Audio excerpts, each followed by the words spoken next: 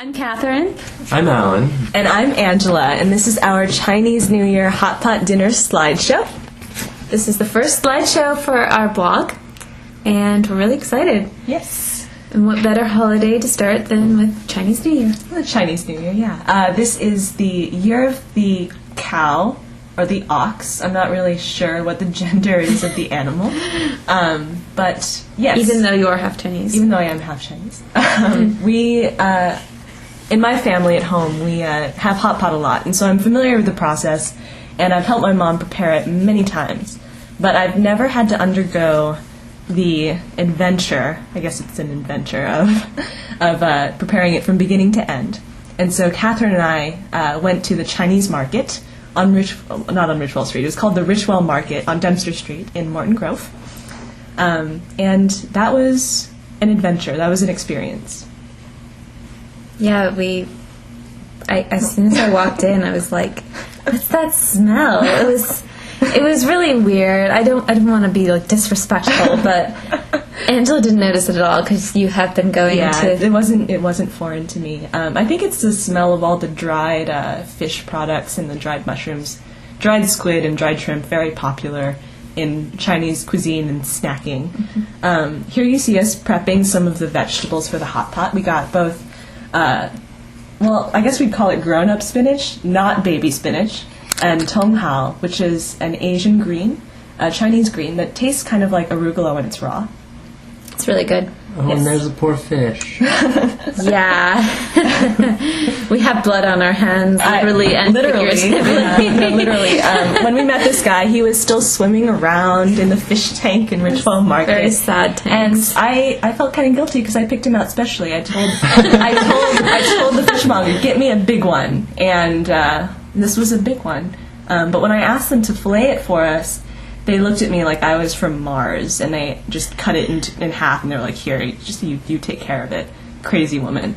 They couldn't even tell you were Chinese. No, they couldn't even tell I was Chinese. They were very condescending, and they thought it was so cute that I wanted to get a whole fish. But it turned out okay. Here are the shrimp, and as you can see, we had some dirty work with these guys. Yeah, I got to dehead them, and there's the. Always have a nice boy in the kitchen handy to do the really nasty stuff. It's pretty appetizing. That wasn't cocktail sauce there, and that was the heads. That was blood. Blood.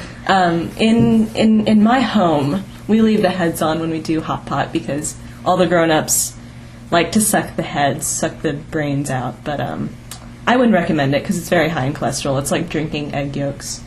We did a lot of mushrooms for a hot pot because, in my opinion, mushrooms are the finest thing to have in hot pot. That mushroom that you just saw there was the golden needle mushroom. It's kind of crunchy when you eat it. We had oyster mushrooms, golden needle mushrooms. These are bunapi mushrooms, which are very cute. I think they're just kind of sad to eat them. These were not at all sad to eat.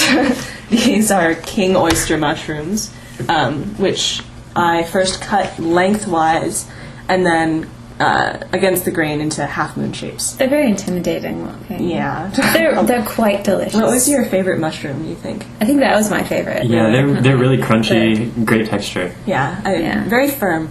Our pretty mushroom display, we were so happy about this. It's nice to have something pretty before you put it into the hot pot and it gets all mixed in with everything else. Presentation is important with hot pot. Here's an assortment of minced seafood formed into various nugget and ball shapes. They're mixed with cornstarch and perhaps egg yolks. I'm not exactly sure. And imitation crab, which is, of course, sort of along the same lines. It's a fish product, not a crab product. Here are the fried tofu pouches, which are also quite delicious. I think a universal favorite. Yeah. It's what it is. It's what it sounds like. It's fried tofu. It's porous, so it soaks up a good deal of the soup and the flavor of the sauce. And it's been a favorite of mine ever since I was a little girl. It's an absolute must. Like, you cannot not have fried tofu with hot pot, in my opinion. But we have regular tofu as well. We're trying it very healthy. Yeah. Yeah. We use medium firm tofu. Firm is okay. I just don't like the texture of firm tofu. Soft tofu is great for other applications, but in hot pot it tends to fall apart. You can't grab it with your chopsticks, but this worked out well. And clams, which are alive. Which, yes, they are alive until you put them. I mean, they ought to be alive until you put them in the soup. But you can't have clams that have already opened. If they've opened a little bit, squeeze them shut. And if they stay shut, they're good, they're fresh. But if they snap back open, just toss them out. You don't want to eat those. And there's our putting together the hot pot. Yes. Yeah, everything except the meat. Yes, the pork and the meat that we had for this hot pot was pork. There are a great many regional difference. There's a great many regional difference in China as to the preferred meat for hot pot, but we like pork.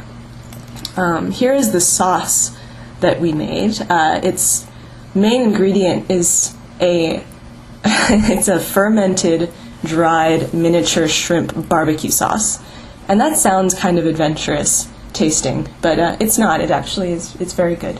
Very salty.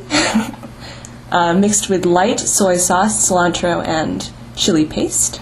And here's a hot pot. Our hot pot in action. It's just lovely to look at. It's very pretty. There's a cooked carp. There's that carb. I was really surprised by how just like light that was. It's because it was alive just the day before we ate it. Mm-hmm. Fresh fish. Yeah, it's always the best. You can't beat it. We also had some tilapia, but I think the carp was definitely the best. And there we are. Here we are. We're looking so happy. This is before we did. We were about to start eating. Yeah. I'm in the middle. I was on the right in that picture. Here's me and Alan. Alan's looking a little confused. Yeah, befuddled as always. Yeah. Here I am with a clam that is just opened. I'm looking happy because I'm about to eat that sucker.